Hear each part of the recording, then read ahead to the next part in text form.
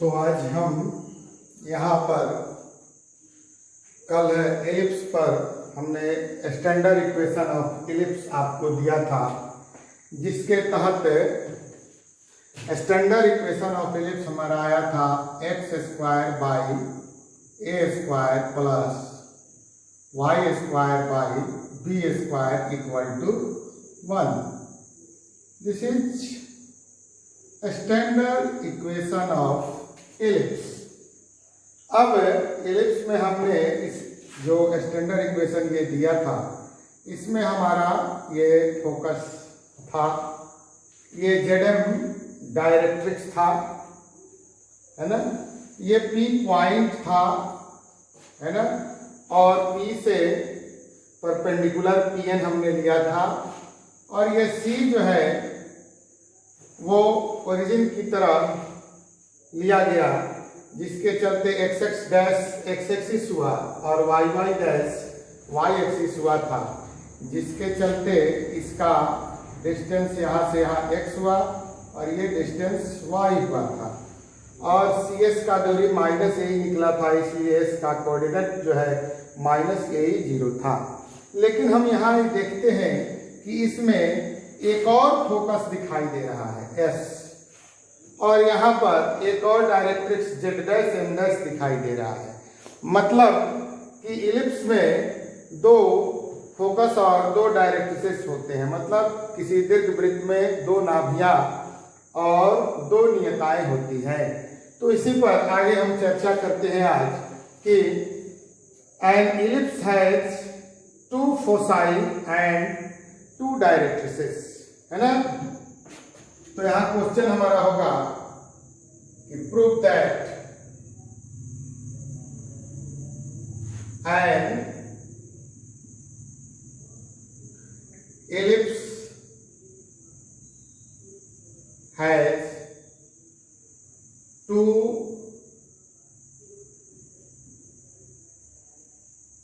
directrices and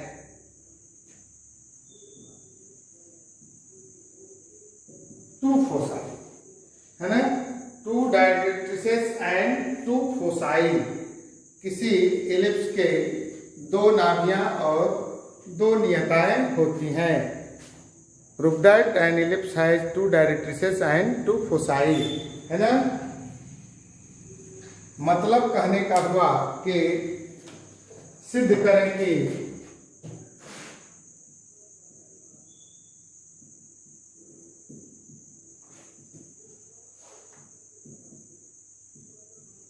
किसी दीर्घवृत्त की दो नाभियां एवं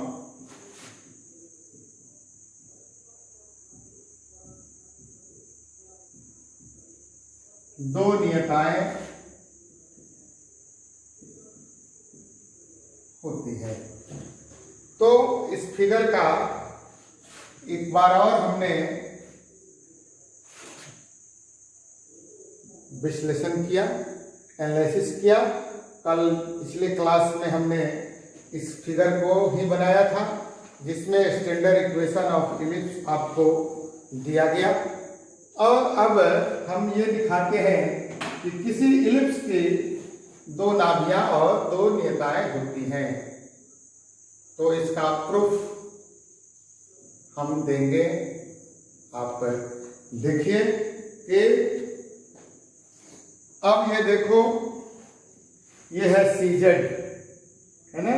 तो सीजेड को आगे बढ़ाते हुए हमने उस पर एक और पॉइंट ले लिया जेड डैश, है ना, और एस डैश, जेड डैश लिया और एस डैश लिया, है ना।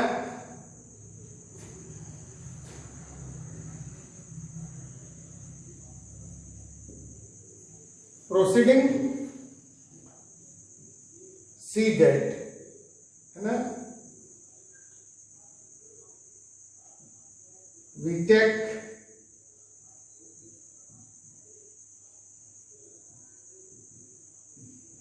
two points S dash and Z dash, S dash and Z dash on it. C Z को बढ़ाते हुए हमने उस पर एस डैश और जेड डैश 2 पॉइंट लिया और इस प्रकार लिया। अब एस डैश पॉइंट लिया और जेड डैश पॉइंट लिया और इस प्रकार लिया कि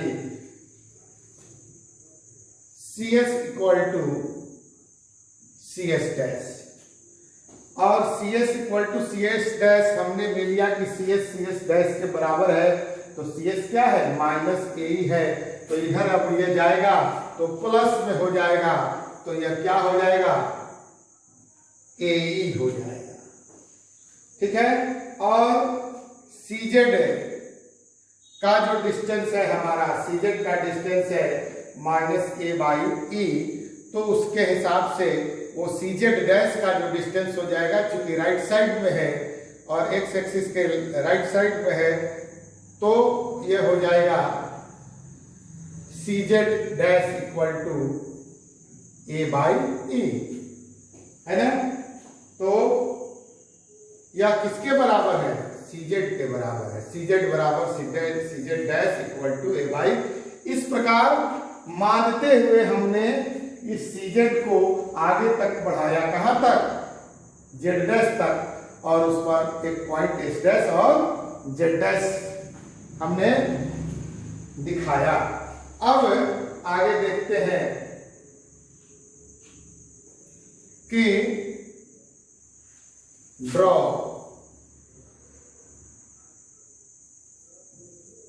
जेड के डैश, जेड डैश के dash perpendicular to Z dash and, और उस पर P से PM dash and PM dash perpendicular to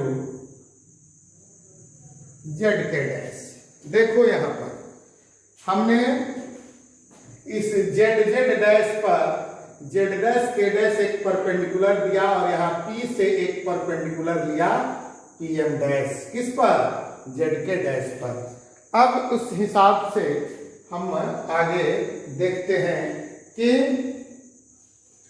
हमारा एलिप्स का इक्वेशन क्या है, X square by A square plus Y square by B square equal to 1, है ना। तो लिखेंगे कि we have the equation of ellipse as x square by a square plus y square by b square equal to 1, that is x square by a square plus y square by a square into 1 minus e square। यही हमारा result आया था equal to 1, जिसमें इस ए square into 1 minus A square की जगह पर हमने बी स्क्वायर लिया था। तो अब इसको हम लोग आगे बढ़ाते हैं। तो अब इसको आगे कैसे करेंगे, तो इसका हम लोग ले लेते हैं कि X square by A square plus Y square by A square, इसको सॉल्व कीजिए। सिंपल जो है इसको हम लोग सॉल्व कर सकते हैं, है ना। तो कैसे सॉल्व होगा, तो इसका एलसीएम क्या हो जाएगा, A square into 1 minus A square. जब ए स्क्वायर से मल्टीप्लाई करेंगे तो यहाँ बच गया हमारा x square into 1 minus A square plus ये हो गया कितना, इससे करेंगे तो ये सीधे हो गया वाई स्क्वायर इक्वल टू 1। ठीक है,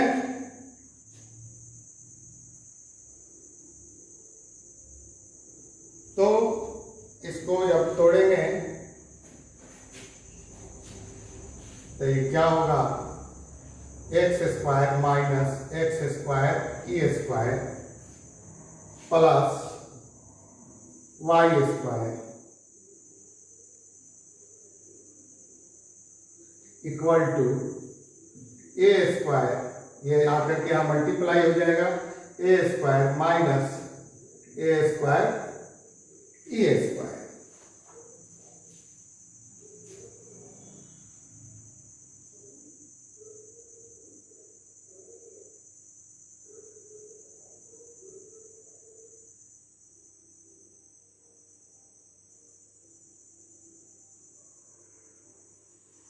नहीं, इसको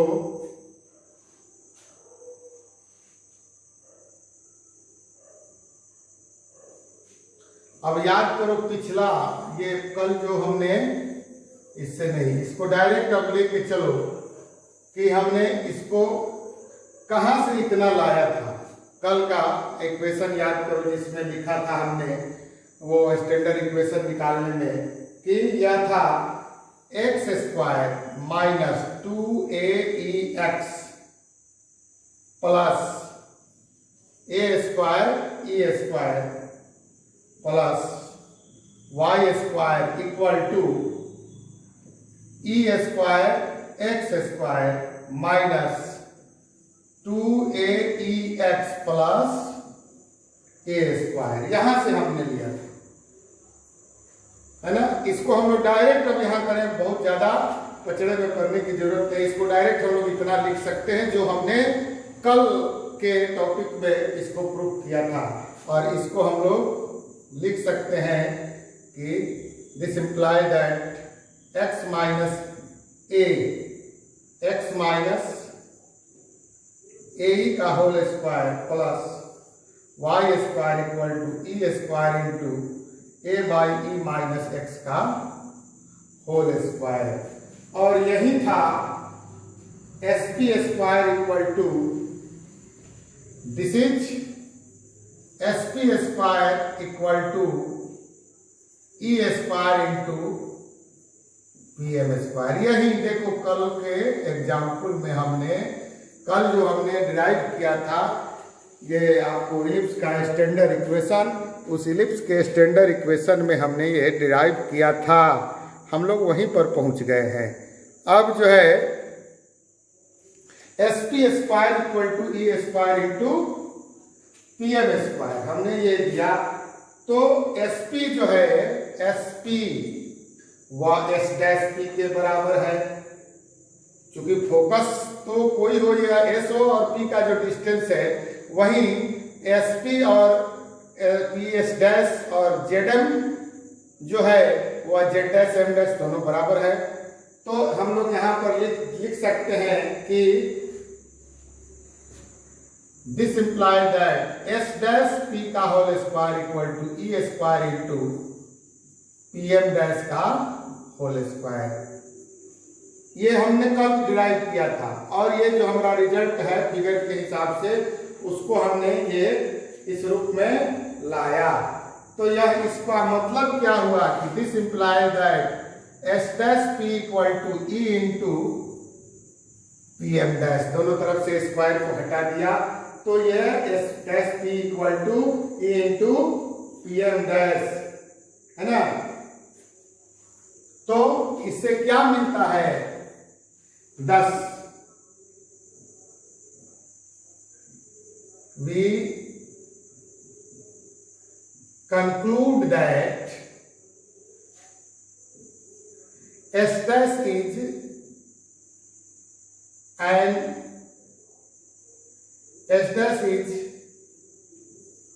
also another point. S dash is also another point whose distance from point P, whose distance from point P, देखिए दिख रहा है, तो whose distance from point P is equal to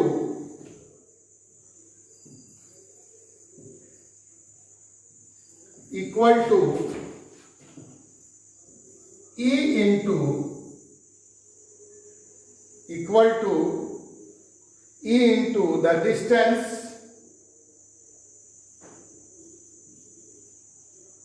distance of P from Z dash K dash, that is PM dash. मतलब S dash is also another point whose distance from point P is, S dash एक ऐसा point है जिसका P से distance और ये Z dash K dash से इस P के डिस्टेंस PM डैश के इक्वल है। तो दोनों ही किसी तरीके से उसी कंडीशन को शो कर रहा है कि ये S जो हमारा फोकस था, इस फोकस से P का डिस्टेंस E इंटू PM था, तो हमको ये स्टैंडर्ड इक्वेशन प्राप्त हुआ। उसी तरीके से जब उसको हमने एनालाइज किया तो देखा कि S डैश एक ऐसा पॉइंट है कि उसकी जो दूरी P से है, वह जो P से जो डिस्टेंस है उसका, वह डिस्टेंस ZK से डिस्टेंस PM डैश के इक्वल हो जा रहा है। इस तरीके से हमको दिखता है कि इस इलिप्स में दो फोकस है ना, तो दो फोकस है और दो डायरेक्ट्रिक्स है ना, which means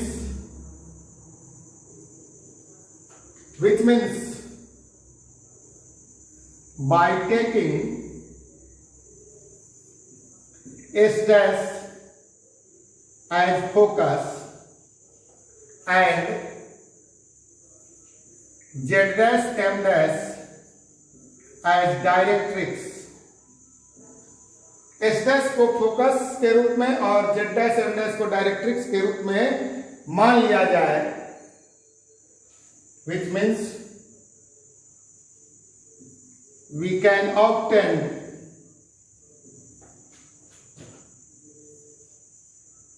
same equation of ellipse x square by a square plus y square by b square equal to 1 है ना।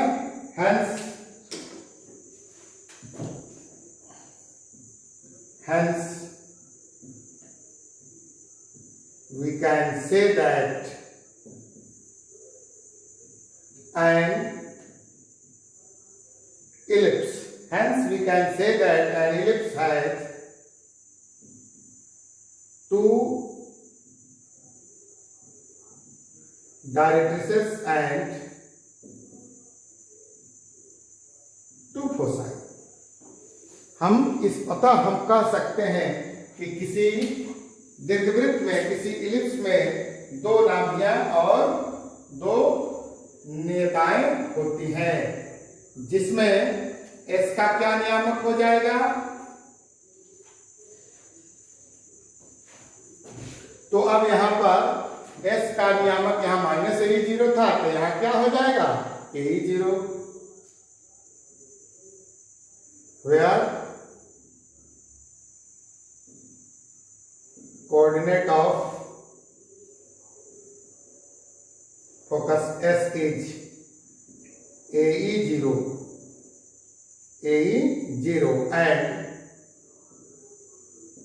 equation of directrix Z dash M dash is x equal to a by e, और Z dash M dash जो directrix है उसका equation हो गया x equal to a by ई। तो इस तरीके से हमने देखा कि किसी इलिप्स में दो फोकस और दो डायरेक्ट्रिक्स होते हैं, जिसमें एक फोकस S है, दूसरा फोकस S डैश है, और एक डायरेक्ट्रिक्स ZM है और दूसरा directrix Z dash M dash हो गया, है ना। तो इस तरीके से ये टॉपिक हमने आपको दिया। अब अगले टॉपिक में, चूंकि ये इलिप्स बहुत, ये क्वेश्चन कई बार पूछा जा चुका है बीएससी फर्स्ट पार्ट ऑनर्स और सब्सिडियरी के बच्चों से, यूनिवर्सिटी क्वेश्चन है, यह कई बार पूछा गया है और इसको आप ध्यान से देखेंगे और इसका अनुसरण करेंगे। और अब आगे देखते हैं, किसी को कोई परेशानी नहीं, अब जो है सब कुछ साफ साफ दिख रहा है, कोई दिक्कत नहीं। अब अगले टॉपिक पर हम चलते हैं।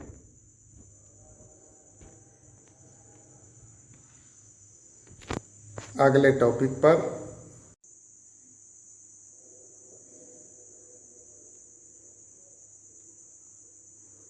तो आइए, अब कुछ इसमें अगले टॉपिक के तौर पर कुछ इसमें टिप्स आपको देते हैं। जैसे हमने लिखा कि for a standard equation of ellipse x square by a square plus y square by b square equal to 1, we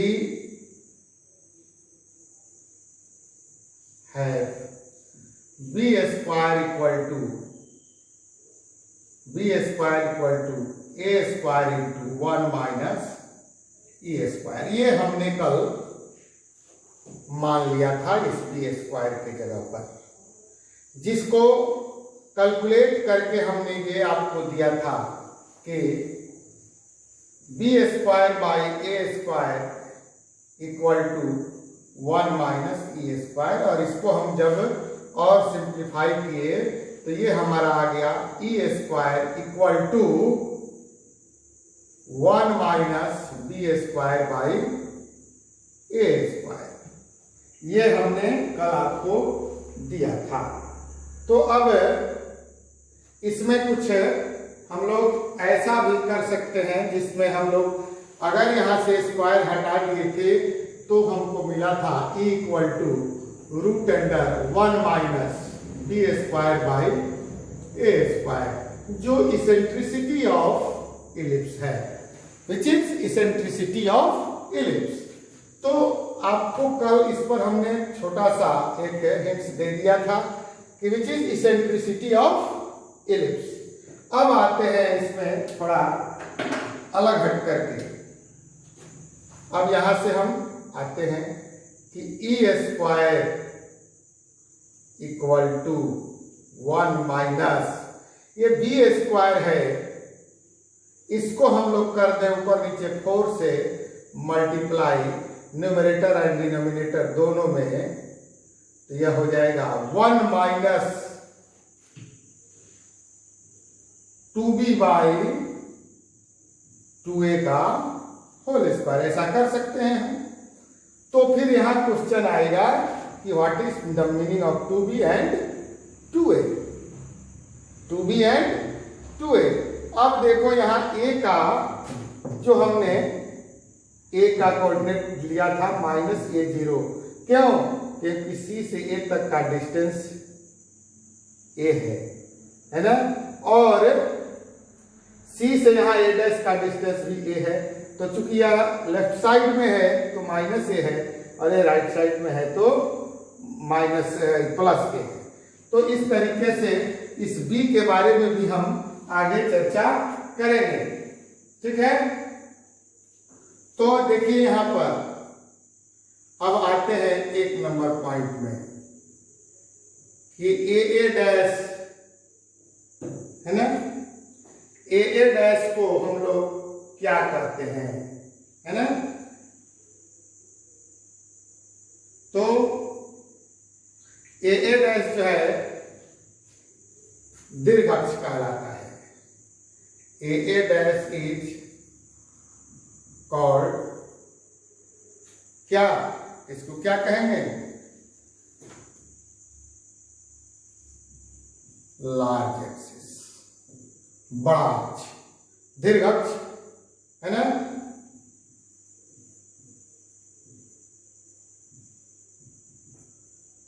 ठीक है, A dash is called large axis है ना, and is equal to where A dash equal to 2a, A dash equal to 2a। फिर आते हैं दूसरा, चूंकि अब ये y एक्सिस है और y एक्सिस इस एलिप्स को यहाँ B पर और यहाँ B डैश पर काटता है, यहाँ तो मान लीजिए A पर और A डैश पर काटता है, तो इसका काम A डैश को हम लोग दीर्घाक्ष और B डैश को लघु अक्ष कहते हैं। तो यहाँ B डैश पर काटा तब ना B और यहाँ B डैश आया, तो कौन काटा? y एक्सिस काटा है ना।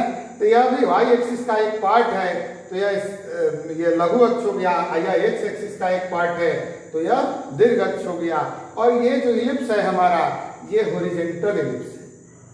तो हॉरिजॉन्टल इलिप्स में हमको x अक्ष की प्रायोरिटी है ना, x एक्सिस की प्रायोरिटी है, और इसमें हम जो भी काम कर रहे हैं x एक्सिस के रिस्पेक्ट में कर रहे हैं। अब हो सकता है यही फिगर ऐसे अगर पलट जाए तो यह along y एक्सिस हो जाएगा, तो वहां y एक्सिस का महत्व, इंपॉर्टेंस ऑफ y एक्सिस बढ़ जाएगा।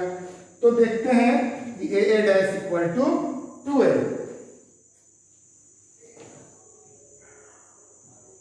b डैश इज कॉल्ड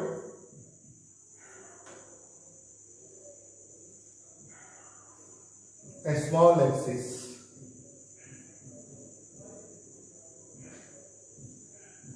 लघु अक्ष, उसको क्या कहते हैं? लघु अक्ष कहते हैं, जहां BB dash equal to 2B, BB dash equal to क्या हो गया? 2B। तो अब जो है हम इसको इक्वेशन 1 मान लेते हैं अगर, तो यह पॉइंट हमारा, इसको ऐसे लिख दो 1 और इसको ऐसे लिख दो। कुछ डिनोट करने के लिए हमने कि किससे कहा हम तालमेल बैठाएंगे, इसलिए हमने इसे डिनोट कर दिया। तो from 1 e square equal to हो जाएगा 1 माइनस 2b क्या है? A BB dash, BB dash by 2a क्या है? A डैश का होल स्क्वायर, यानी कि इसको हम लोग लिख सकते हैं 1 माइनस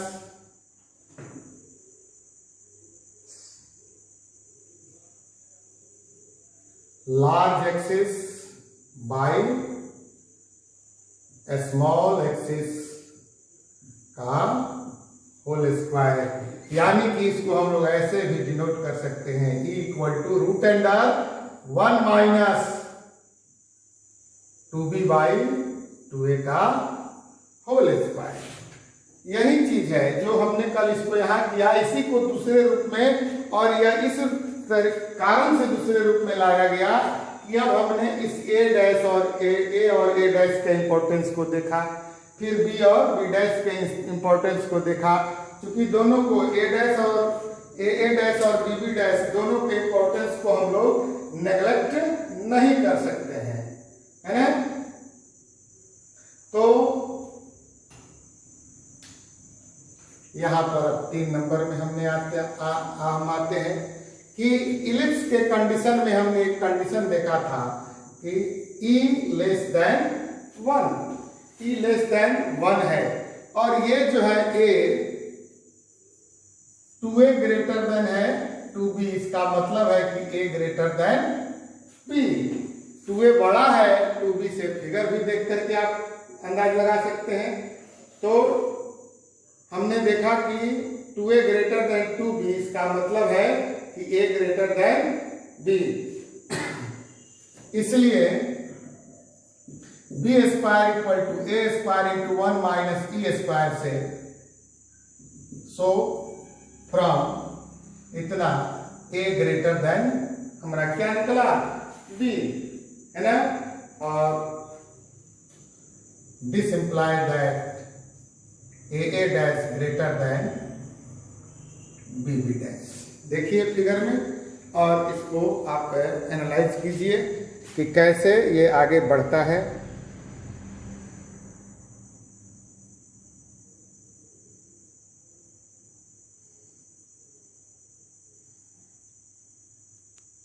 ठीक, अब जो है इसको आगे हम बढ़ाते हैं।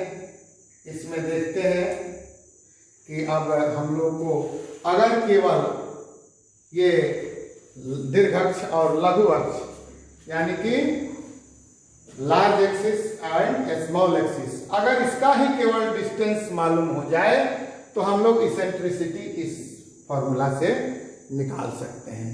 तो इसेंट्रिसिटी निकल जाएगा,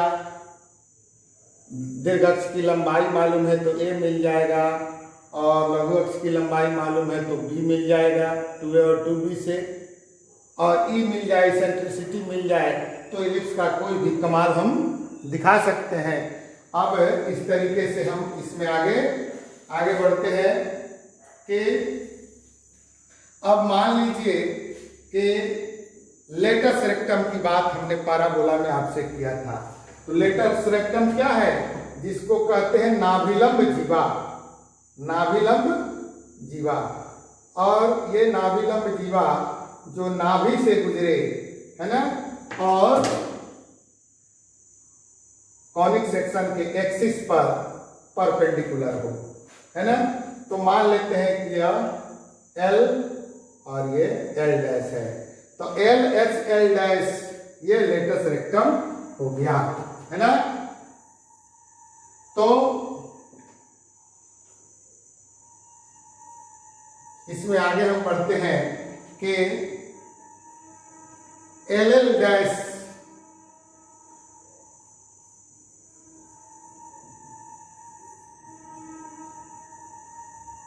passing through the focus S, passing through the focus S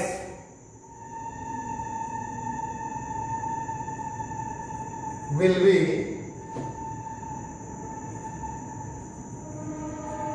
latus rectum of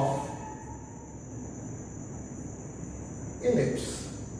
हमने ये कहा था लेटस रेक्टम के बारे में, जिसको कहते हैं नाभिलंब जीवा।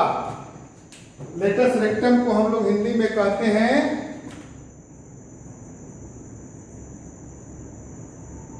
नाभिलंब जीवा।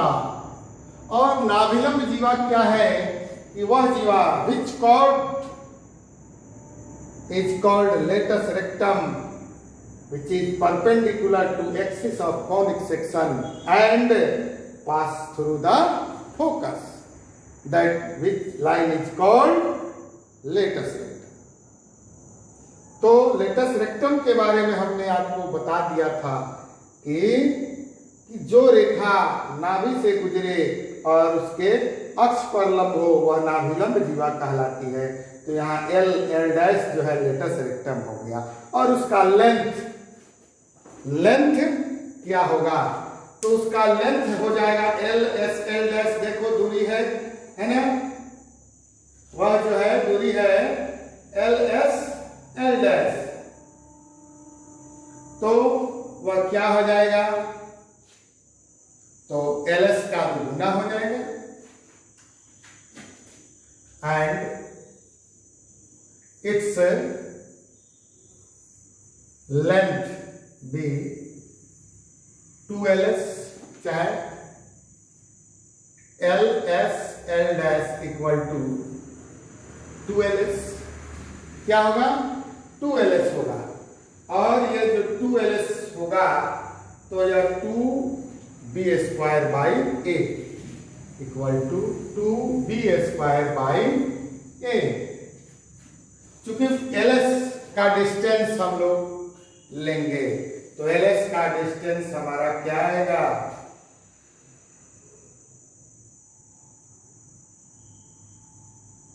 LS का डिस्टेंस हो जाएगा E इंटू LM। LS हो जाएगा E into LM, L S यह भी फोकस है, डिस्टेंस होगा L S equal to E into L M. देखो यह भी, इससे भी इलिप्स हम डिसाइड कर सकते हैं।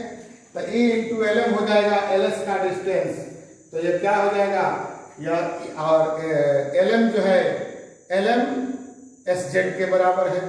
तो देखो ई इंटू एस जेड हम लोग लिख सकते हैं, और एस जेड को क्या लिख सकते हैं C Z minus C S, E into C Z minus C S. ठीक है, इसको हम एक्सप्लेन कर रहे हैं कि कैसे 2ls equal to 2b square by A आ गया। तो C Z minus C S, तो यह हो जाएगा E into A by E minus A E, A by E minus A E. तो ये क्या होगा,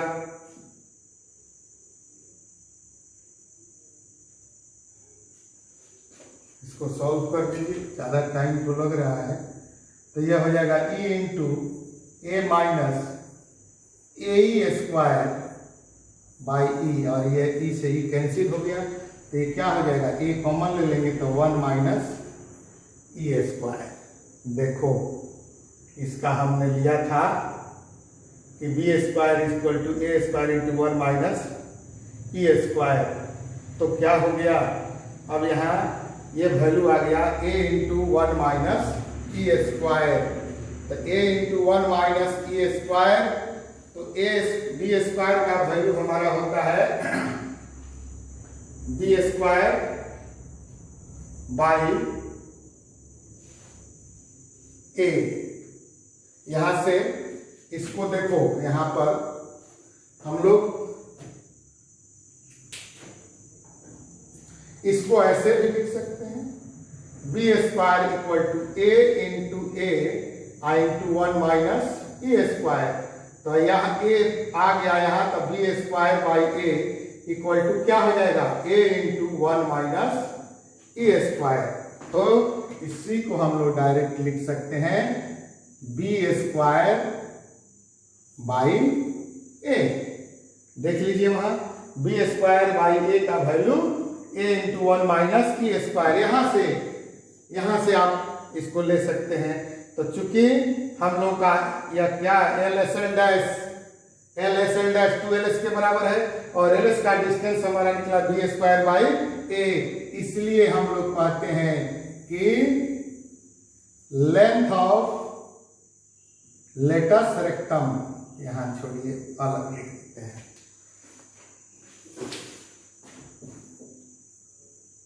hence length of latus rectum of an ellipse is L dash equal to 2b square by a। ठीक है, तो इसको आप याद रखेंगे, और इसमें इसके बारे में हमने आपको बहुत सारी बातें बता दी। अब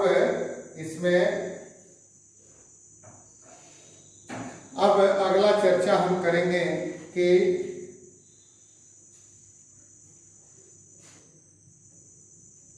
ये हॉरिजॉन्टल एलिप्स है।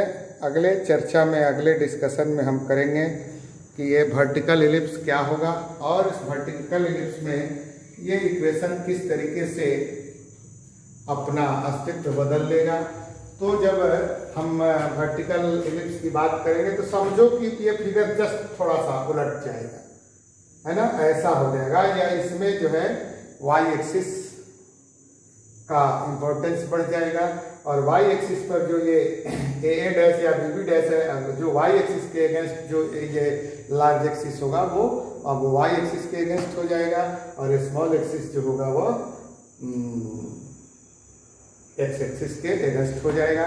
तो वहाँ पर थोड़ा सा हल्का चेंज होगा, थोड़ा सा इस इक्वेशन में चेंज होगा, इसको हम बताएंगे। तो ये आपको इंटरमीडिएट +2 के बच्चों के लिए, और मैं बता दूं कि बीएससी फर्स्ट पार्ट ऑनर्स और सब्सिडियरी के बच्चों के लिए, दोनों के लिए काफ़ी इम्पोर्टेंट ये टॉपिक है हमारा एलिप्स। पैराबोला के बारे में हमने बता दिया आपको, और अब हमने एलिप्स के बारे में आपको बताया।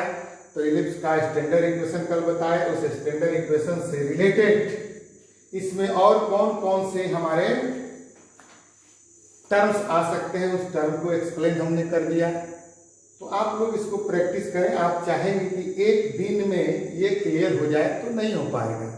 देखें, समझें, इसको बनावें, फिर हमने जो एक्सप्लेन किया उसको देखें, अपने टेक्स्ट बुक को देखें। टेक्स्ट बुक को जब तक आप नहीं देखोगे तो कुछ जल्दी समझ में नहीं आ पाएगा, क्योंकि